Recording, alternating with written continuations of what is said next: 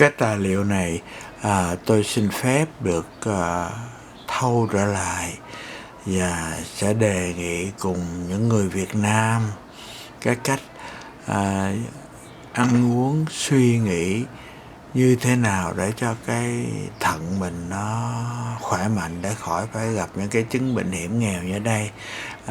Trong video này người ta đề cập đến cái vai trò quan trọng của thận trong đời sống. Đó là mục đích của video này. Thành ra kính mời quý vị hãy cùng chúng tôi theo dõi để mua vui trong những giờ phút mà nhàn rỗi, để tự mình có thể lo cho mình được phần nào hay phần đó. 40 people begin dialysis for kidney failure. Diabetes and high blood pressure are the leading causes of kidney failure, and as of 2016, total Medicare spending on chronic kidney disease and end-stage renal disease is over $114 billion. Today, with this presentation, you'll find out how to dramatically reduce your risk of kidney damage and disease. You'll hear about the most effective ways to prevent kidney problems, dissolve kidney stones, eliminate the threat of kidney infections, plus the latest news about how to avoid kidney dialysis even if you're currently receiving treatment. So sit back and enjoy the best of the Kidney Health docu-class.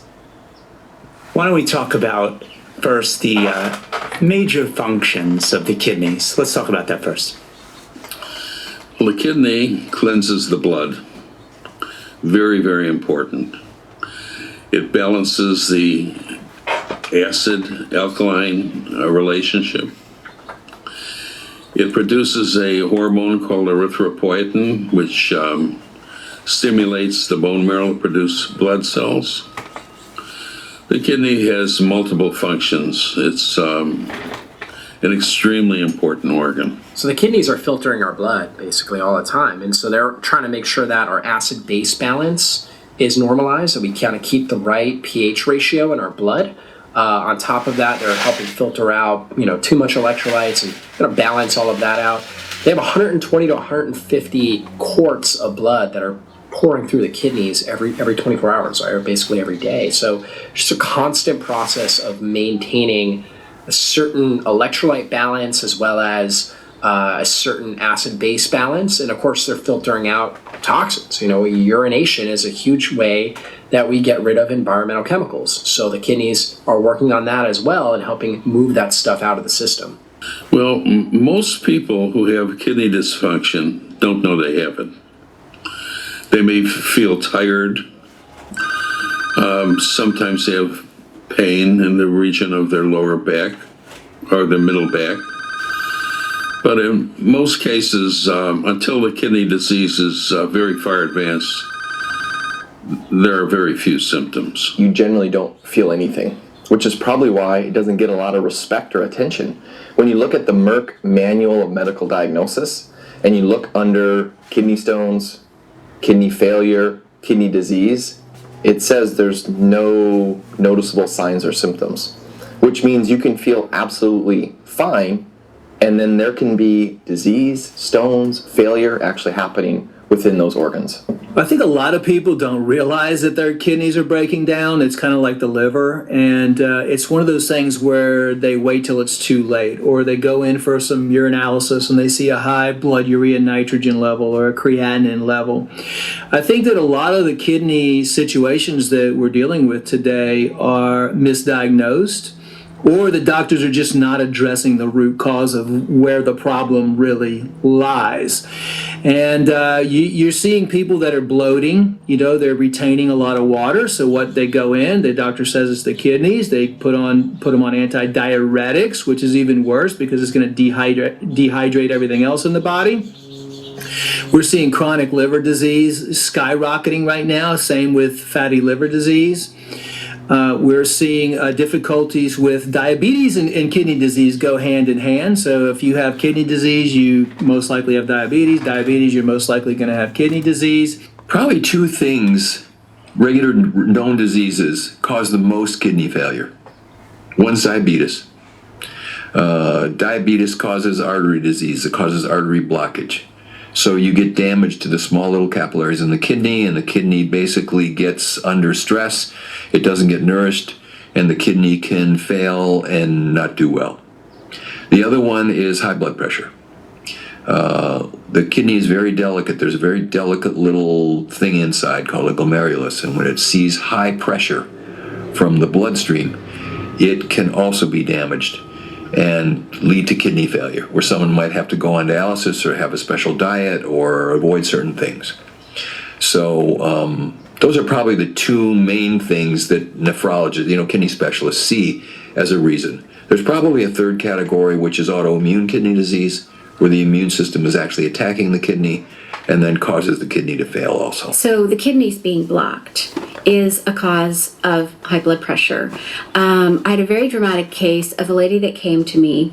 She said, I went to a Chinese herbalist because I had high blood pressure and I wanted to get a second opinion.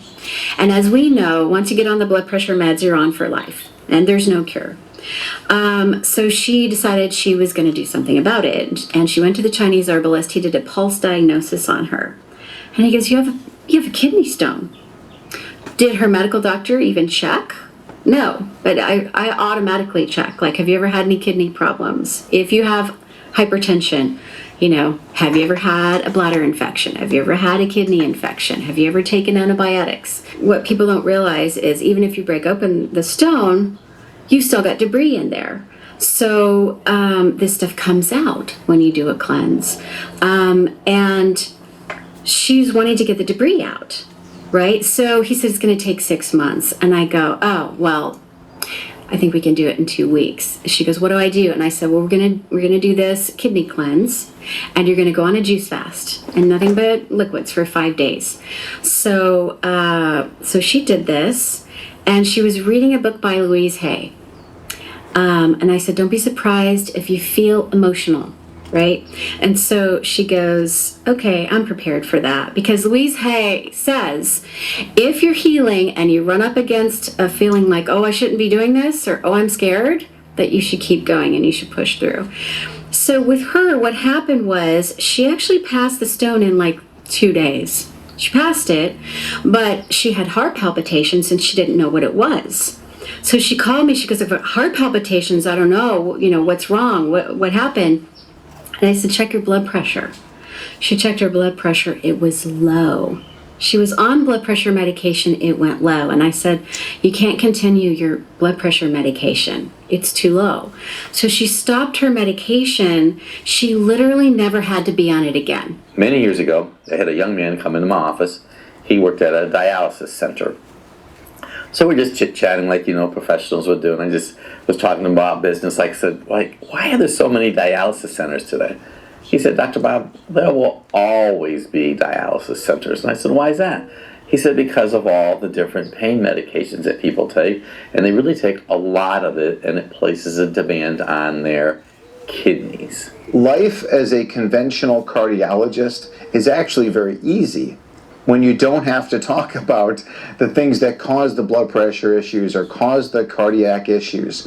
Life is very easy because all you have to do is just write a prescription. That one doesn't work, add another, change a different one. Now all of a sudden people are on 3 and 4 pharmaceuticals. Why? Because you never addressed the cause of why their blood pressure is high. And again, the heart does not like high blood pressure. The arteries to the brain do not like high blood pressure. That is stroke conversation, that is heart failure conversation, and that's kidney failure conversation as well. So we want to achieve the optimal blood pressure, and I got to tell you, I'm successful, and other doctors are successful. I'm successful, 90+% of the time to go after all these different things that can help to normalize blood pressure, naturally. We do not provide the essential repair components for our kidneys. Our kidneys filter all sorts of waste that are toxic. And when you have too much of the bad stuff and too little of the good stuff, you go downhill.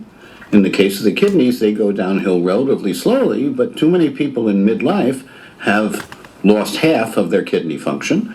And when you lose more than 3/4 of healthy kidney function, you're probably seeing a nephrologist. The kidney on a daily basis filters like 200 quarts of blood.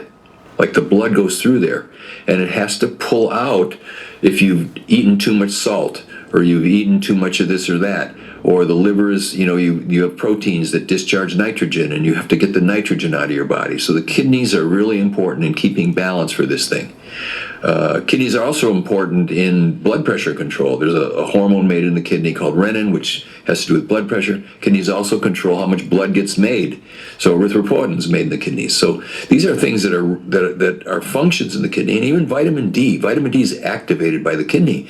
So these are things that the kidney has a lot of things to do besides just filtering, and it's a key part of our body. And if your immune system is seeing your kidney as not you, or an organ that should be attacked, then those functions are going to go down.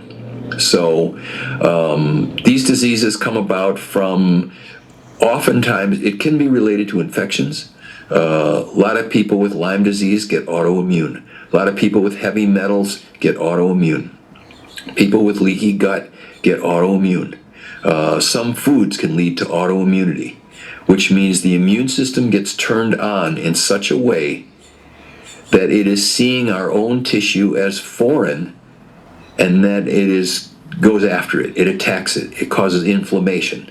It causes inflammatory cells to go in there, and they actually cause damage. Well, dental infection